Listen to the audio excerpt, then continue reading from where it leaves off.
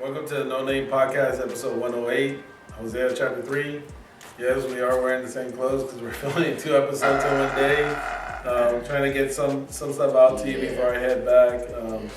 Still figuring out how we do the virtual one, so we'll get to that. But definitely want to just kind of make sure we can get as many episodes out to you guys so we can keep this going. Hopefully you guys are enjoying the book of Hosea. Chapter 1 and 2 have been pretty impactful. 3 is interesting. It's very short, so if you really need a quick read, Hosea chapter 3 is always a good one. And we'll just start there. It says in verse 1, it says, "Then the Lord said to me, go again, love a woman who is loved by a lover and is committing adultery, just like the love of the Lord for the children of Israel, who look to other gods and love the raisin cakes of the pagans." And so he's sending Hosea back to go get Gomer. What I find interesting is he actually has to pay for her. He says, "So I bought her for myself for 15 shekels of silver, a lot of money, and 1.5 homers of barley. And I said to her, you shall stay with me many days. You shall not play the harlot, nor shall you have a man, so too will I be towards you."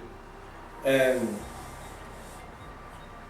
you just see this redemption. So it's very, actually, let's just read the full chapter. Let's just read the full chapter. Okay, yeah, I'm gonna say you're right. "For the children of Israel shall abide many days without kings or prince, without sacrifice or sacred pillars, without ephrods or tephrods." I don't know what those are. "Afterwards the children of Israel shall return and seek the Lord their God and David their king.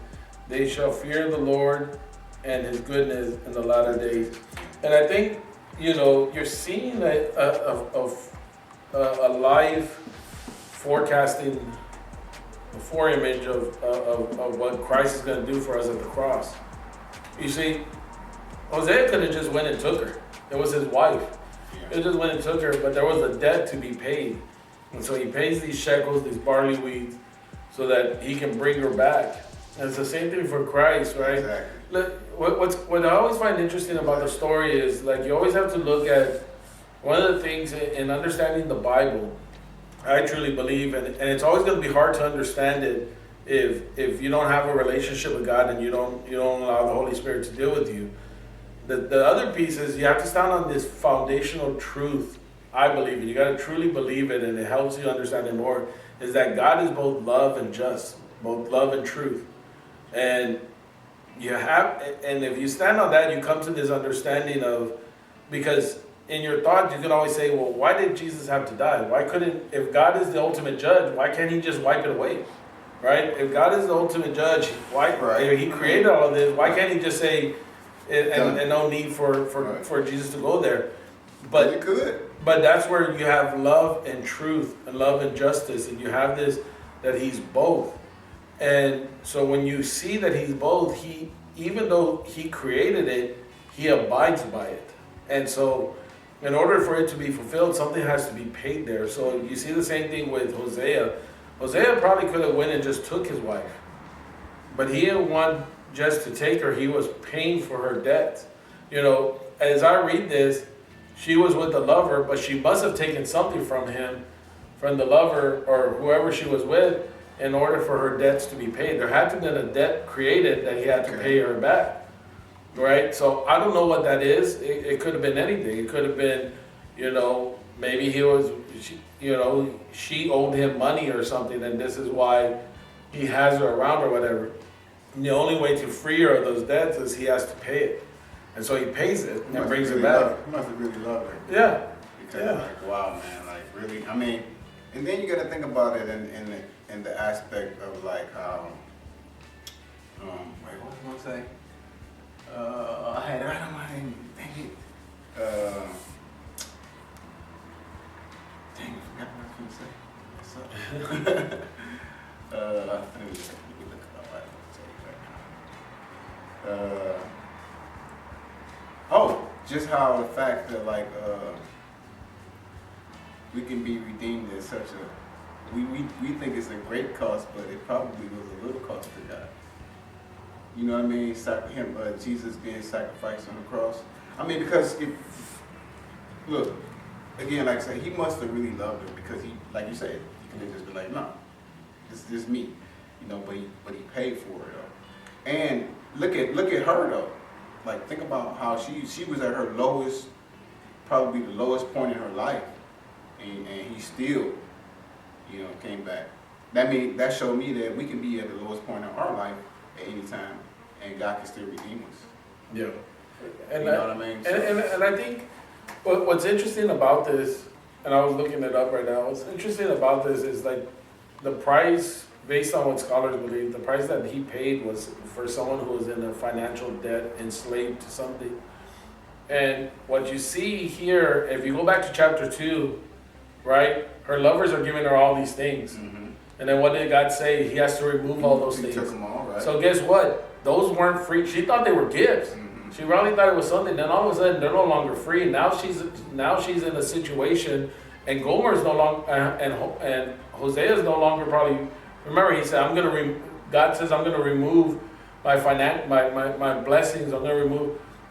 Hosea had to do the same thing. He was no longer her husband at that point, in the sense of she's out there doing whatever. So now she finds herself in this financial debt. She's enslaved in debt to someone. And if you look at it that way, that goes the same thing for us. A lot of us, we don't. Paul and Jesus both echo in the New Testament about us being slaves to sin. Mm-hmm. But you don't start off in sin being a slave to it. You start off going in as sin is your lover. You start off going in and thinking, oh, this is pleasing me. This is satisfying me. This is doing something. That's why I think the greatest sin of all is selfishness. It all comes down to a selfishness. We're trying to please ourselves. We're trying to get to something and do that, and it's about ourselves. And you can fill in the blank for whatever you want to fill it in. Right. But you don't go to it saying, oh, this is a sin. You go to it because it's providing something for you. It becomes a lover, and now then it becomes what enslaves you. The bottom line in Christianity is having a relationship with Christ, with God. You know, and we go back to chapter 2. We just finished talking in the other episode about God was telling her, I don't want you to see me as as a master. Mm-hmm. I want you to see me as your husband. Yeah. You see, and in Christianity, when you start having relationship with God, you're gonna see God in a total different sense, that He's not only your God, but He's your Father, He's your husband, you know. And here, God tells Hosea, go again. Imagine how many times he had gone with this woman, and this woman would go and, because there's a woman who is loved by a lover and committing adultery. She kept on going back to her lovers, you know, even though she was married to Hosea and all that, but she kept on going. And God kept on telling Hosea, go again and love a woman that is still loved by a lover. See, the devil will always tell us that he loves us and that he wants us back, you know. Because before, when Adam and Eve sinned, you know, that separated us from the relationship from God. And sin forced us to have a relationship with the devil, you see. And all the things of the world became our lovers. I mean, what did Satan try to do with Jesus when he took him up to the mountain and offered him 3 things? See, he was trying to tell him, look, these things you will love if you accept them from me. Yeah. So, You know, and in Christianity, we fall to that trap all the time, because one, we keep on seeing God as a master. You see, and we still see the things that we brought from the world as our lovers. And then, you know, that's where we always go back to doing the things that we're not supposed to. so I have a question. So I'm just trying to think about this. So she was committing adultery, right? Yeah. Physical adultery. Yeah. But wasn't Israel doing like spiritual adultery? Yeah. Yeah, that's right. Yeah, that's the tie-in. Yeah, that's what God was trying to show him. Right. They were worshiping Baal and all Right. these other ones, so they were committing adultery. In other words, remember, you go back to the beginning, Genesis, then go to the first commandment. Mhm. What is it? You shall love the Lord your God, and you have no other gods before me. Right. So that's a marriage covenant, right? When you go into a marriage covenant, you're basically saying, okay, I'm husband and wife, there's no one else here, right?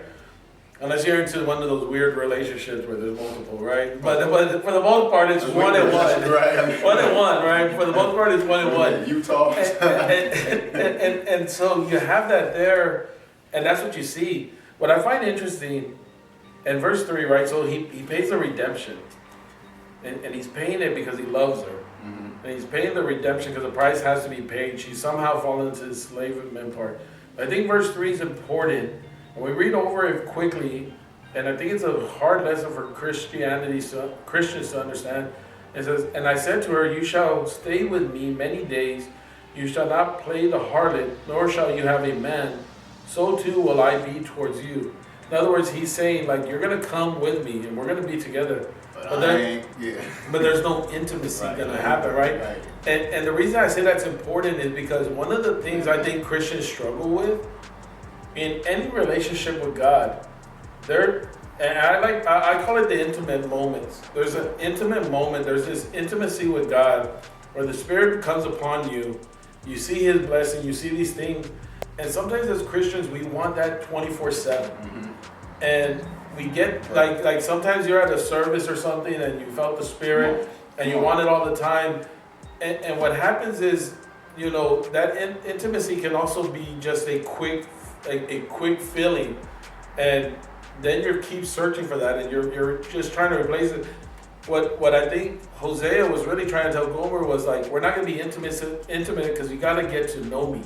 In other words, we have to get to know God, and a lot of times the way we want to know God is, okay, God, you got to give me a blessing, you got to give me a sign, you got to speak to me, you got to do these things instead of just getting to know Him. And how many times we go to God and we don't have a list of stuff to ask Him? Most of the time we go to God and we have this list of things. Thank you. We have this list instead of just going and saying, here's how my day's going, how's your day going, what's your thoughts on it? That's a relationship when you're having a conversation with God and you're getting to know Him.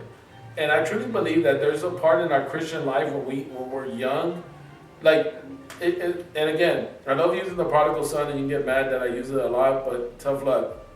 But when you come and the father's there, and he throws his big feast, guess what? There was going to be a part where the feast is not going to be every day. The father's not going to go kill the most fattest cow and have a feast every day. It was for that day of the celebration, but then there's going to be a part where it's the everyday getting to know the Father and stuff. And I think, to me, that's a lesson of why a lot of people lose their relationship with God, because they don't ever understand that relationship of being in the wilderness, getting to know God. There's no blessing around. You're not always going to feel the Spirit of God. You're not always, I mean, you're going to feel it, but it's not going to be in the way that you want it. Like, you're not always going to get slain in the Spirit. And you're not always going to speak in tongues. You're not always going to have, sometimes it's just you talking with Him. Hosea had to deliver the message. And we're all preachers here and teachers of the Word of God. And in order for our messages and our teachings to be effective, sometimes we have to go through what the message is. And Hosea had to make the people of God understand that they were living the wrong way, because they thought they were right, you know.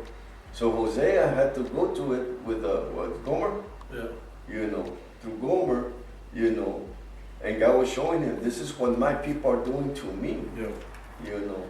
They're committing adultery. They keep on running away from me, you know, and you know, and instead of having that relationship with God, you see, because again, you know, a lot of people get married because they're horny, you know, and they think by getting married, especially Christians, okay, once I get married, we're gonna have sex every day, 24/7. And once you get married, guess what's the first thing that goes out the window? Sex. I'm sorry, bro. You have to start working at the relationship. You know, knowing the person. Now you're living with a person 24/7. Now you start finding out each other's faults. each other's shortcomings and all that. Dislikes, all of it, yeah. And that's why a lot of people, after a certain amount of days or weeks or whatever, they go to court to get a divorce, and it's under irreconcilable differences. Yeah. See? Because you know what? They didn't know each other before they got married. They didn't know they had differences. It's just about the And intimacy. that's the same thing we do to God. You know, some of us, we say, oh, I have a relationship with God, but all you want from God is a quickie. You know, okay, God, you know, I need you to bless me. I need this now. I need that. They're here. You know, and when it doesn't happen, Yeah. okay, I'm gonna get out of the relationship. See, but look, a relationship is not one way. That's something that people need to understand. Yeah, okay? right. A relationship is like this. Yeah, you know, right. like, you know, so I mean, just using your example, you know, I didn't get married to my wife for that. You know what I mean? I got married to my wife because I love my wife. Yeah. But I can tell you now that me and my wife we've had plenty of, you know, irreconcilable differences. Right. But we still married though. Yeah. You know what I mean? Because we both know, But- like, hey, we gotta work this out. But you were able to fall in love with your wife because you fell in love with God. Oh, definitely, 100%. But before in the world, Let me tell we you. were horny toads. Oh, let me tell you. Hold on. But let me tell you, if it had not have been for God, honestly, I don't even know if me and my wife would still be together. Like, and that's just speaking facts, like Yeah. for real. And I always remember the analogy that you gave me when you married us. You know, about the porcupines. That stuck with me, man. You know, that stuck with me. That really stuck with me because it's true. It is. You know what? Sometimes I'm gonna piss my wife off. Sometimes she's gonna piss me off. But I mean, hey, that's a marriage, and we both know, like, hey, it's not just you and me. It's you, me, and God. And I think that's where, when you come to this, and again, intimacy with God plays a big part, Right. but it can't be the only part. And then when I say intimacy, it's the way we look at intimacy, not the way God looks at intimacy. You see, we put an intimacy of God with, again, the physical, the feeling, Right. the signs. Right. But there's times where God's not going to give, because if you go back to Jesus, and this is what and this is where you see it throughout the Bible as you start seeing God's love. Everyone wanted to see a miracle. Remember, he feeds the 5,000, and the next thing they say, so what are you going to do Right, next? what's next? Right. And he's like, no, I'm here to be with you. No, but we want to see the next miracle. And that's the thing, like, when we get that way with God, we start losing knowing him, and all we're doing is stuck to what I would call the physical. Right. The butler mentality. It's like the disciples. They were with Jesus 3.5 years. And Jesus kept telling them practically every day, Yep. my mission is to come and die and be a sacrifice so the sins of the world can be forgiven. But yet, all 12 were with him, and all 12 had different relationship with God. Of course, yeah. Because at the end, when Jesus said, it is time, guess what Yeah. happened? They all ran. See you You know, later. Judas gave him up for, what was it, 30 pieces of silver or something like that? Yeah. You know, gave him up for that. Because to him, he said, I wasted 3.5 years. I got to get something out of this. Yeah, of course. You know, and each other disciple, they went. You know, even Peter, even though he followed Jesus all the way, but from afar. Yeah. And even it came to a time that he was at a fire with some people, and He denied. they started saying, hey, you look like one of them, and you even talk like them. Mm-hmm. And so Peter had to go back to his old former way, so they knew he wasn't a disciple, I think, an apostle. yeah. And you know, you can be in the church, you can go to all the Bible studies, and all that, and just like we were talking about, they wanted Jesus to do every time a miracle in the wilderness. Yep.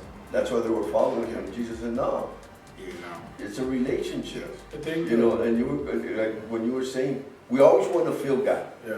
You know, Mhm. we always want our hair to stand in the back, Mhm. you know, and Yeah, no. have visions, and there's nothing wrong with all that. But that is not all a relationship with Christ, Right. you know.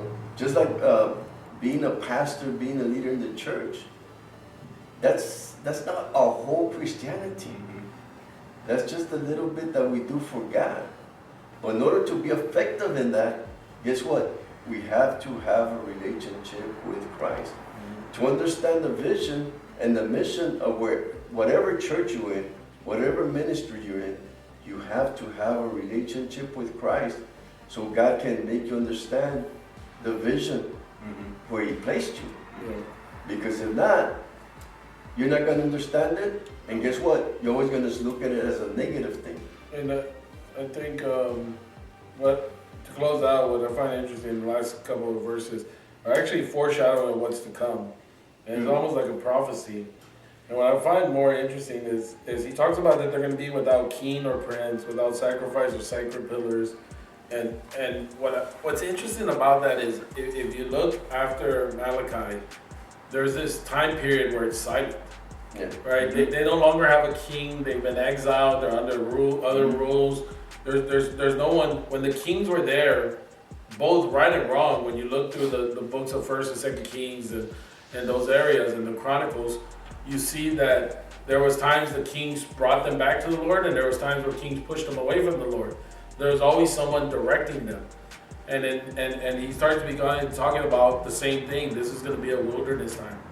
And there were some who knew about God, because if you go to the beginning, if you go now to the Gospels, there's a woman and a man, and there's more, but there's a woman and a man who are waiting in a temple for the Messiah, who had been told that they would see the Messiah before they died.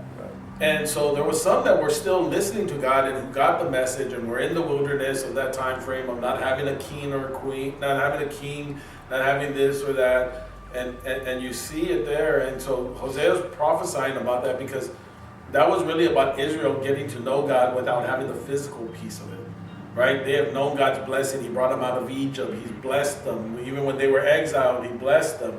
You constantly see through the Bible they're blessing them, but He's like, okay, here's going to come a period where I'm not going to be that. And I want you to see that. And you're going to be in the wilderness. You're going to have to get to know me without those blessings. You're going to have to get to know me when I keep you under rule of other people.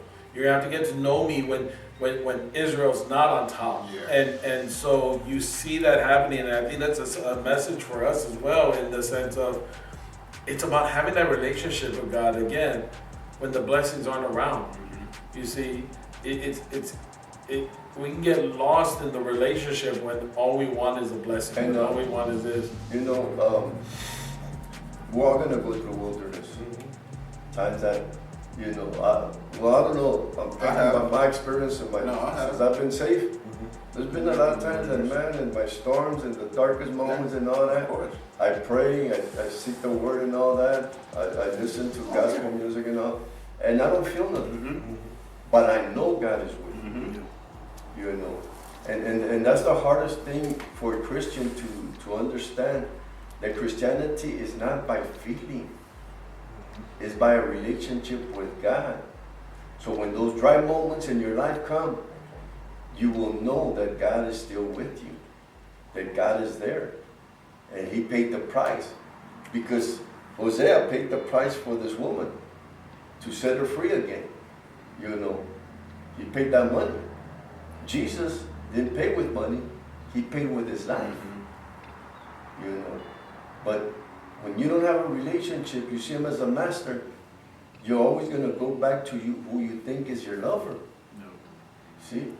And that blood has to be shed again spiritually, because our lover, the devil does not bless you just to bless you. No. He has something behind it all the time. No. And once you fall for the trap, then you owe him. And the devil wants back pay. And the only one that can do that is Jesus. No. His love and mercy. Because the last scripture says, afterward the children of Israel shall return and seek the Lord. See, we have to return to God and seek Him. And what does the Bible say? If you seek me, you will find me. See, God is always there. We're the ones that turn our back against God, and I'm done. I think we're done. There's 5 verses, but there's a lot in there. Yep. So hopefully you guys, it's powerful. Hopefully you guys got to enjoy it. I'm enjoying this book of Hosea as you get through into it, because again, a lot of times I think we skip over it because of the weirdness of it, but there's so much truth in it. So hopefully you're going into this journey with us. Hit the like and subscribe button, pass it on to others, and we'll be back with you guys soon. God bless.